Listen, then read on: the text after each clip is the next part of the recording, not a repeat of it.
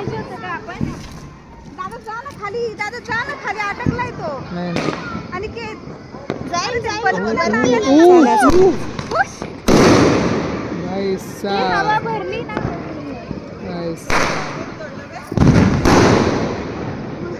चाललं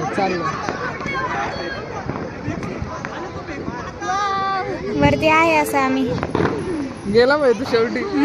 फायनली चालू ना व्हिडिओ. हा